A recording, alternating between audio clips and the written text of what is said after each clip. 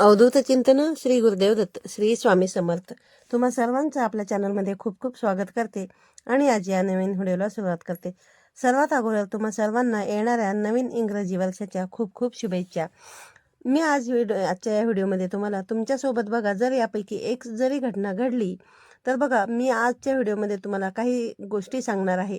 यापैकी एक जरी गोष्ट तुमच्यासोबत घडली तर नक्की तुम्हाला समजून जायचं आहे की तुमचं जे नशीब आहे तर ते चमकणार आहे आणि तुमच्या आयुष्यामध्ये येणारे जे नवीन वर्ष आहे तर ते अगदी लाभदायक आणि शुभ असणार आहे. म्हणजेच बघा, आपण याला म्हणू शकतो की हे जे काही संकेत आहेत तर हे शुभ संकेत जर तुमच्यासोबत घडले तर नक्कीच तुम्हाला समजायचं आहे की येणारं नवीन वर्ष आहे ना तुमच्यासाठी अगदी आनंदाचं भरभराटीचं जाणार आहे. तर बघा, नवीन वर्ष सुरू होणारच आहे. बघा, प्रत्येकाची इच्छा असते की येणारं नवीन वर्ष आहे ना हे सुख समृद्धीचं आणि भरभराटीचं जायला पाहिजे. येणाऱ्या वर्षामध्ये माझ्या आयुष्यामध्ये दुःख, संकट, अडचणी अजिबात यायला नाही पाहिजेत, असं बघा प्रत्येकालाच वाटत असतं. आणि आपल्या नवीन वर्षाची सुरुवात चांगली व्हावी, जेणेकरून बघा आपल्या घराची प्रगती होते, आपली प्रगती होते, सगळ्यांची प्रगती होते. आणि नवीन वर्षाकडूनच बघा आपल्याला प्रत्येकालाच अनेक असे बऱ्याचशा अपेक्षा असतातच. तर त्यामुळे बघा, या अपेक्षा ज्या आहेत ना तर त्या पूर्ण करण्यासाठी, आपल्या इच्छा ज्या आहेत तर त्या पूर्ण करण्यासाठी काही उपाय मी तुम्हाला सांगितले होते. तर ते उपाय तुम्ही नक्की यासोबत करू शकता. जर काही घटना बघा तुमच्यासोबत घडल्या, काही गोष्टी तुमच्यासोबत घडल्या छोट्या छोट्या, तर मग हे जे शुभ संकेत असू शकतात. म्हणजेच बघा, येणारं जे नवीन वर्ष आहे तर ते निश्चितच तुमच्यासाठी अगदी लाभदायक ठरू शकेल. बघा, नवीन वर्षाच्या पहिल्याच दिवशी किंवा जवळपास बघा, नवीन वर्षाला सुरुवात झाली आणि 1-2 दिवस पहिले जे असतात ना तर त्या दिवशी तुमच्यासोबत जर या घटना घडल्या तर 100% तुम्हाला हे जे वर्ष आहे तर ते अगदी आनंदाने आणि सुख समाधानाचं जाईल, हे तुम्हाला म्हणायला हरकत नाही. हे कुठले संकेत आहे तर बघा, सगळ्यात अगोदर पहिलं जे संकेत आहे तर ते बघा, नवीन वर्षाच्या पहिल्या दिवशी तुम्हाला घराच्या बाहेर किंवा इतर कुठे तुम्ही जायला वगैरे निघाला, त्या ठिकाणी तुम्हाला गाय आणि वासरू एकत्र दिसले तर हा एक प्रकारचा शुभ संकेत तुमच्यासाठी असू शकतो. गायीच्या अंगामध्ये बघा 33 कोटी देवदेवतांचे वास असते. आपण प्रत्येक दिवशी किंवा काही सणावाराला देखील आपण गायीला नैवेद्य दाखवत असतो, गायीला घास देत असतो, गायीची पूजा आपण करत असतो. वसुबारसेच्या दिवशी देखील आपण गोवत्स पूजन जे आहे तर ते करतच असतो.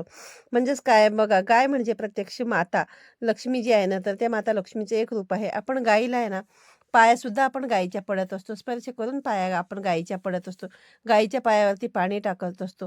बघा, ही जर गोष्ट तुमच्यासोबत घडली आणि त्यातल्या त्यात पहिल्या 1-2 दिवसांमध्ये घडली तर बघा, तुम्हाला नक्कीच गाय आणि वासरासहित एकत्र दिसली तर हा तुमच्यासाठी अत्यंत शुभ संकेत जो आहे तर तो असू शकतो.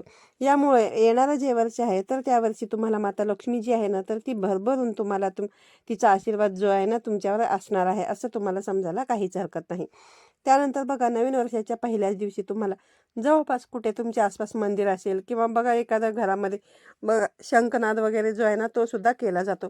तर नवीन वर्षाच्या पहिल्याच दिवशी समजा तुम्हाला शंखाचा नाद ऐकू आला, शंखाचा आवाज आला, तर मग हा सुद्धा आहे ना एक शुभ संकेत असू शकतो. याचा अर्थ असा असतो की येणारा जे काही काळ आहे तो तुमच्यासाठी ना अतिशय शुभ असणार आहे.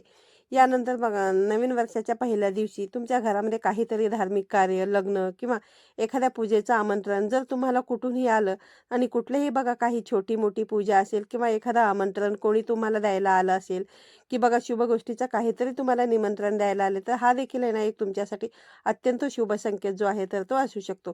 यामुळे बघा तुमच्या घरामध्ये सुख, शांती, समृद्धी टिकून राहण्यास मदत होईल. तर याचा अर्थ तुम्ही असं समजू शकता की येणारं जे नवीन वर्ष आहे ना तर ते तुमच्यासाठी खूप सुखाचं आणि समाधानाचं जाणार आहे. नवीन वर्षाच्या पहिल्याच दिवशी तुम्हाला बघा, जर झोपेतून उठल्यावर काहीतरी असे शुभ आवाज म्हणजे पक्ष्यांचा किलबिलाट हळुवारपणे आला किंवा शंखांचा ध्वनी, मंदिराची घंटा ऐकू आली, म्हणजे शेजारी पाजारी बघा कोणीतरी देवपूजा वगैरे करत असतं आणि त्या घंटेचा नाद म्हणजे बघा रोज आपल्याला ऐकू येतं, पण अचानक नवीन वर्षाच्या पहिल्याच दिवशी आहे ना तुम्हाला 1 जानेवारीच्या दिवशी तुम्हाला हा जो आवाज आहे तर तो ऐकायला बघा. रेग्युलरली कधी कधी आपण घरातच असतो, आपलं लक्ष नसतं, जरी लक्ष दिलं तरी कधी कधी अशा ज्या गोष्टी असतात ना त्या आपल्या कानावरती पडत नाहीत. पण असं बघा, नवीन वर्षाच्या पहिल्याच दिवशी असं काहीतरी शुभ आवाज अगदी म्हणजे बघा, आपण आहे ना काहीतरी कधी कधी कोणी टाळ वाजवत असतं रस्त्याने जाताना किंवा बघा एखाद्या काहीतरी देवदेवतांचे स्तोत्र मंत्र जोरजोरात आपल्या कानावर पडत असतात. असे जर बघा देवांच्या गोष्टीचा, घंट्यांचा नाद, शंखाचा नाद, देवांचे मंत्र स्तोत्र जर तुमच्या कानावर पडले, म्हणजे सकाळी सकाळी अगदी झोपेतून उठल्यावर तर तुमच्या कानावर पडले किंवा चिमणीचा चिवचिवाट पडला, पक्ष्यांचा किलबिलाट हे अत्यंत शुभ असणार आहे. आणि बघा याचाच अर्थ येणारे जे शुभ नवीन वर्ष आहे ना, तर ते तुमच्यासाठी अतिशय आनंदाचं जाणार आहे, हा त्यामागचा अर्थ असतो. त्यानंतर दुसरी गोष्ट म्हणजे जर बघा वर्षाच्या पहिल्याच दिवशी तुम्हाला पक्ष्यांचं घरटं दिसलं असेल किंवा नवीन वर्षामध्ये बघा दिसलं असेल ना, तर नवीन वर्षामध्ये तुम्हाला काहीतरी आनंदाची बातमी आहे ना, तर तुम्हाला मिळणार आहे असा त्याचा अर्थ असतो. म्हणजेच बघा हा जो संकेत आहे, हा संकेत तुम्हाला दिसला तर बघा पक्ष्यांचे घरटे कुठे तुम्हाला दिसलं तर अचानकपणे हा एक अत्यंत शुभ संकेत तुमच्यासाठी असू शकतो. तुम्हाला आनंदाची बातमी मिळू शकते. हा त्यामागचा मुख्य उद्देश असतो, हा त्याचा हेतू असतो. बघा शुभ फळ देणारी स्वप्न, बघा नवीन वर्षाच्या पहिल्याच दिवशी जर तुम्हाला काहीतरी स्वप्नामध्ये पाहायला मिळालं, काहीतरी सुंदर असं दिसलं, चांगलं स्वप्न पडलं तुम्हाला, म्हणजेच बघा तुम्ही नवीन घर घेतलेलं आहे, नवीन तुम्हाला नोकरी मिळालेली आहे, तुम्ही नवीन गाडी वगैरे खरेदी केलेली आहे, नवीन सोन्या चांदीच्या दागिन्यांची तुम्ही खरेदी केलेलं आहे किंवा बघा आज अशा बऱ्याच अजूनच जमीन जुमला वगैरे तुम्ही खरेदी केलेला आहे. अशा बऱ्याच अशा गोष्टी जर तुम्हाला स्वप्नामध्ये दिसल्या या नवीन वर्षामध्ये, तर येणाऱ्या वर्षामध्ये आहे ना, त्यामध्ये तुमची अगदी भरभरून भरभराट होणार आहे, तुम्हाला धनलाभ होणार आहे, हा त्यामागचा अर्थ असतो. यानंतर बघा यासोबतच नवीन वर्षामध्ये आहे ना तुम्हाला कोणीतरी आहे ना तुमच्याकडे घराकडे तुमच्या घरामध्ये मदत मागायला येतं. म्हणजे पैशांचीच मदत असेल असं काही नाही. बघा नकळतपणे ना तुम्ही एखाद्याला काहीतरी मदत करताय, ते सुद्धा बघा आपले हात जे आहे ना तर नेहमी दानशूर असले पाहिजे, हे मी तुम्हाला सांगतच असते. पण बघा नेहमी आहे ना आपण काहीतरी पैसे वगैरे उसने वगैरे देतो, ही गोष्ट वेगळी असते. पण दान आहे ना, एखाद्याने तुमच्याकडे एखादी गोष्ट मागितली आणि अगदी तुम्ही सहजरित्या तिथे त्याला देऊन टाकली. तुमच्या लक्षात देखील राहत नाही, की बघा कळत-नकळत हे जे दान आहे, ही जी गोष्ट आहे ना तुमच्याकडून घडून जात असते. तर हे देखील आहे ना एक अत्यंत महत्त्वाची गोष्ट असते. अत्यंत शुभ संकेत तुमच्यासाठी असू शकतो. आपण दान बघा जेव्हा आपल्याकडे काहीतरी आहे, त्यावेळेसच आपण बघा एखाद्याला दान करत असतो. म्हणून आहे ना, या काही गोष्टी ज्या आहेत ना, तर त्या अगदी छोट्या-छोट्या गोष्टी आहेत. या जर तुमच्यासोबत घडल्या, तर बघा तुम्हाला नक्की समजून जायचं आहे, की येणारे जे नवीन वर्ष आहे तुमच्यासाठी अत्यंत आनंदाचे, सुखाचे, समाधानाचे आणि भरभराटीचे जाणार आहे. हे तुम्हाला समजायला काहीच हरकत नाही.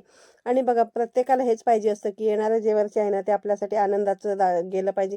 दुःख, संकट, अडचणी ज्या आहेत, तर त्या आपल्या आयुष्यामध्ये यायला नाही पाहिजेत.